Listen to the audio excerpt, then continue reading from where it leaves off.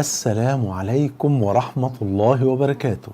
بسم الله والحمد لله والصلاة والسلام على حبيبنا وأسوتنا وقدوتنا وشفاعنا رسول الله صلى الله عليه وآله وسلم. ما هي العبادات التي يستمر ثوابها حتى بعد الموت؟ نعرف بعد ما نصلي على حبيبنا صلى الله عليه وآله وسلم. بعد الموت مفيش عبادة بيمارسها الإنسان وليس عليه تكليف بعد الموت، لكن في عبادات بيستمر ثوابها حتى بعد الموت. من بين تلك العبادات الصدقة الجارية، ومن بينها العلم الذي ينتفع به، ومن بينها الولد الصالح الذي يدعو لها، ومن بينها من سن في الإسلام سنة حسنة، كما أخبر الصادق الذي لا ينطق عن الهوى صلى الله عليه وسلم. يقول صلى الله عليه وسلم كما عند مسلم: إذا مات الإنسان انقطع عمله إلا من ثلاث، إلا من صدقة جارية أو علم ينتفع به أو ولد صالح يدعو له. وقال صلى الله عليه وسلم كما عند مسلم: من سن في الإسلام سنة حسنة فله أجرها وأجر من عمل بها إلى يوم القيامة. ورجل في قبره بقى خلاص تمام، لأنه مش هيعيش ليوم القيامة تمام. يبقى من سن في الإسلام سنة حسنة فله أجرها وأجر من عمل بها إلى يوم القيامة. وكما قال النبي صلى الله عليه وسلم: الدال على الخير كفاعله. بل وهناك حديث يجمع لنا مجموعة من الأعمال التي يجري حسناتها للعبد بعد الموت، وإحنا في أشد الحاجة لأي حسنة تكون لنا بعد الموت. تخيلوا حضراتكم يبقى الواحد كده نايم في قبر لا يعمل شيئا، ويلاقي الحسنات عمالة دخلاله أنوار أنوار على القبر. هذه حسنة العمل الصالح اللي انت عملته، هذه حسنة المصحف اللي انت أعطيته لفلان بيقرأ منه الآن، هذه حسنة مثلا أو حسنات المسجد الذي شاركت في بنائه والصدقات جاية لك منه، وهكذا صدقات وخيرات وحسنات جاينا وإحنا فين؟ في قبرنا نائمون، لا نستطيع أن نرجع إلى الدنيا مرة أخرى لنعمل أي عمل صالح، ورغم ذلك الحسنات عمالة بتدخل علينا في قبورنا أنوارا بفضل الله سبحانه وتعالى. ثبت في الحديث الذي رواه البزار بإسناد حسن أن النبي صلى الله عليه وسلم قال: 7 يجري للعبد أجرهن وهو في قبره من بعد موته. إيه ال7 حاجات؟ رقم 1: من علم علما. وكلمة من علم علما دي تشمل حاجات كتير قوي. على سبيل المثال، واحد عنده علم فألف كتب، فالكتب دي كلما انتفع بها بعد موته كل ده يوصل له الثواب بتاعه في القبر. وبعدين هو الراجل ده بيدرس مثلا كتابه والناس بتنتفع بيه، فكل من انتفع برضه في ميزان حسناته. طيب وإيه تاني؟ طب أنا ما عنديش علم بس أقدر أدل الناس على العلماء، بس العلماء الثقات، ما اروحش ادلهم على من يبتدع او صاحب عقيده فاسده او غير ذلك واظن بذلك انني سانال ثوابا. لا، ده انا ممكن ارتكب ذنوب بسبب ان انا ادل واحد يعلمه على واحد يعلمه عقيده فاسده. يبقى اذا الدال على الخير كفاعله. اشتغل في الوقت ده في دلاله الناس على الخير. يا فلان لو عايز تتعلم عقيده، الشيخ فلان ما شاء الله عامل دوره في العقيده، اسمع هذه الدروس هتستفيد منها. لو استفاد في ميزان حسناتي ولو بعد موتي. تمام كده؟ يا فلان عايز مثلا تقرأ في كذا كذا في كتاب كذا للشيخ فلان، ما شاء الله كتاب طيب جدا جدا، واخد بالك؟ يا فلان عايز تسمع محاضرات في كذا، وهكذا. أدل الناس على الخير وأشير وأنشر الخير، يكون ذلك أيضا في ميزان حسناتي من بعد موتي. يبقى من علم علما رقم 1. أو أجرى نهرا، بلد ما بيوصلهاش المية، فاشترك مجموعة من الناس الأفاضل وقالوا نحفر كده ترعة من المية توصل المية مثلا للأرض الزراعية الفلانية أو للبيوت الفلانية، الناس يوصل لها مية عذبة، يبقى خير الحمد لله. ويدخل تحت بند أو أجر نهرا اللي وصل ماسورة مية القرية لم يدخلها الماء، فيوصل المية لحد أهل القرية فينتفعون، يشربون ويتوضؤون وإلى غير ذلك من أسباب الحياة بفضل الله سبحانه وتعالى. يبقى من علم علما أو أجر نهرا. تخيلوا بقى أو أجر نهرا ديت، مثلا شاركنا في توصيل مية لقرية من القرى، الناس بيتوضوا وبيصلوا ويغتسلوا ويشربوا، ومن أحياها فكأنما أحيا الناس جميعا. كل ما واحد فيهم يشرب قطرة مية فتكون سببا في حياته، يبقى في ميزان حسناتك حياة هذا الرجل أو حياة هذه المرأة. كل ما واحد فيهم يتوضى ويصلي فصلاته في ميزانه وميزان حسناتك أو ميزان حسناتك. تخيلوا بقى الخير اللي ممكن يوصل.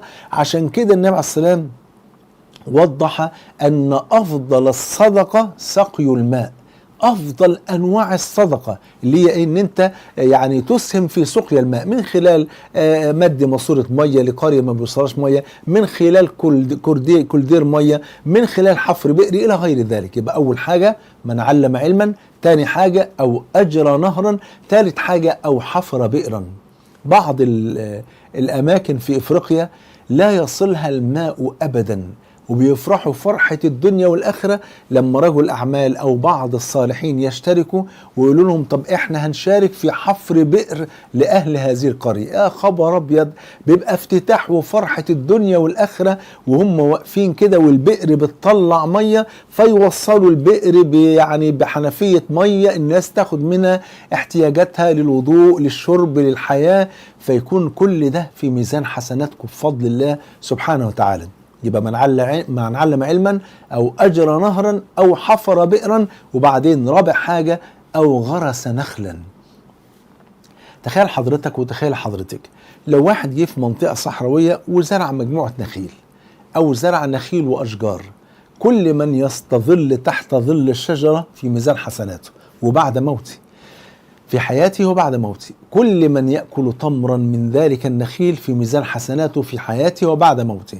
طيب هو ميت، هو في قبري، والناس بتجيب التمر ده من على الشجر، وهم مثلا سواء مفطرين أو صايمين، سواء في الأيام العادية أو في أيام الصيام. كل من أكل تمرا كده هو يعني وقت المغرب كده هو صائم، تمام، يتحسب صيامه في ميزانه وميزان حسنات اللي غرس النخل ده. تخيلوا بقى كم الأجر والخير والثواب اللي يوصل له، حاجة عجيبة. لدرجة أن يحكى أن رجل كان مسافر من قرية إلى قرية أخرى، وكان ما بين القريتين مكان صحراوي، فرجل خد بذور النخيل ديت وحطها معاه كده في شوال، وهو راكب الفرس بتاعه بدأ يرمي البذور يمين وشمال ويقول بسم الله على بركة الله، بسم الله اللهم بارك، بسم الله. وسافر وقعد في القرية التانية دي 10 سنين. بعد 10 سنين وهو راجع للقرية بتاعته لقى المكان كله بقى مليان نخيل. قال من الذي غرس يعني ذلك النخيل؟ قالوا له رجل صالح كان يمر من هنا فألقى البذور يمنة ويسرى وكان يسمي بسم الله، فيسر الله عز وجل بأن نزلت الأمطار ويعني خرج هذا النخيل بفضل الله إلى أن وصل إلى هذا، والناس ينتفعون به في ذلك المكان. وهو لا يتخيل ان بالعمل البسيط ده يكون الثمرة بالشكل ده بفضل الله. يبقى او غرس نخلا او بنى مسجدا. ممكن انا امكانياتي المادية ما تسمحليش ان انا ابني مسجد لوحدي، مسجد مكلف مثلا 10 مليون 5 مليون ما اقدرش، انما ممكن اشارك ولو بالقليل. شوف سبق درهم كما قال النبي صلى الله عليه وسلم كما عند النسائي، قال سبق درهم 100,000 درهم. قالوا كيف ذلك يا رسول الله؟ قال رجل كان عنده عرض كبير من المال، عنده أموال كثيرة فأخرج منها 100,000، ورجل آخر لم يكن عنده إلا درهمان، عندوش غير درهمين، فتصدق بدرهم، يعني تصدق بنص ثروته، فسبق الدرهم 100,000 درهم. ولذلك قال صلى الله عليه وسلم كما عند مسلم لا تحقرن من المعروف شيئا. ما تقولش يعني أنا يعني المسجد ده محتاج 100 جنيه اللي أنا هدفعها، والمسجد مش محتاج، إنما أنت اللي محتاج إن أنت تاخد ثوابه. فأنا لما أجي مثلا إمكانياتي على قد مثلا أروح مثلا هدفع في مسجد 100 جنيه أو 1000 جنيه وأقول يا رب بنيتي إن أنا أشارك في بناء المسجد، تمام؟ كل من يصلي في ذلك المسجد وكل من يقرأ فيه القرآن وكل من يتعلم فيه علما يكون في ميزان حسناتكم في حياتكم وبعد موتكم. الله أكبر. يبقى أو بنى مسجدا أو ورث مصحفا. نجيب شوية مصاحف كده تمام، ونوزعها على أناس طيبين، ونقول لكل واحد أو تقولي حضرتك لكل واحدة بالله عليكي يعني لو تكرميني وتقرأي من هذا المصحف ولو استحضرت النية ان انت بتقرأي عبادة لله وبنية ايضا ان انت تكسبيني ثواب، هيبقى في ميزانك وميزاني. تمام. او ورث مصحفا، كل من قرأ حرفا من كتاب الله في ميزانه وميزانك، او في ميزانه وميزانك. واخر حاجة، او ترك ولدا يستغفر له بعد موته. يعني المقصود هنا الولد الصالح، لأن الولد الطالح لن يستغفر لوالديه في الغالب بعد موتهما، بل قد يجلب لهما اللعنة بعد الموت عياذا بالله. فهنا المقصود أن الإنسان يربي أولاده على الخير والصلاح لينتفع بهم المجتمع من بعده، فيدعو له ذلك الولد بل ويدعو له المجتمع كله بفضل الله. دي العبادات التي يستمر ثوابها بعد الموت. صدقة جارية، علم ينتفع به، من سن في الإسلام السنة الحسنة، من علم علما أو أجرى نهرا أو حفر بئرا أو غرس نخلا أو بنى مسجدا أو ورث مصحفا أو ترك ولدا صالحا يستغفر له من بعد موته. وقد أخبر النبي صلى الله عليه وسلم وقال: إن الرجل لترفع درجته في الجنة فيقول أن هذا، يعني إزاي أنا هترفع في الجنة رغم أن أعمالي ما توصلنيش إلا للدرجة دي؟ فيقال: باستغفار ولدك لك. أسأل الله عز وجل أن يجعلني وإياكم ممن تستمر حسناتهم في حياتهم وبعد موتهم، وأن يجمعني وإياكم مع سيد ولد آدم صلى الله عليه وسلم في الفردوس الأعلى. بحبكم في الله، والسلام عليكم ورحمة الله وبركاته.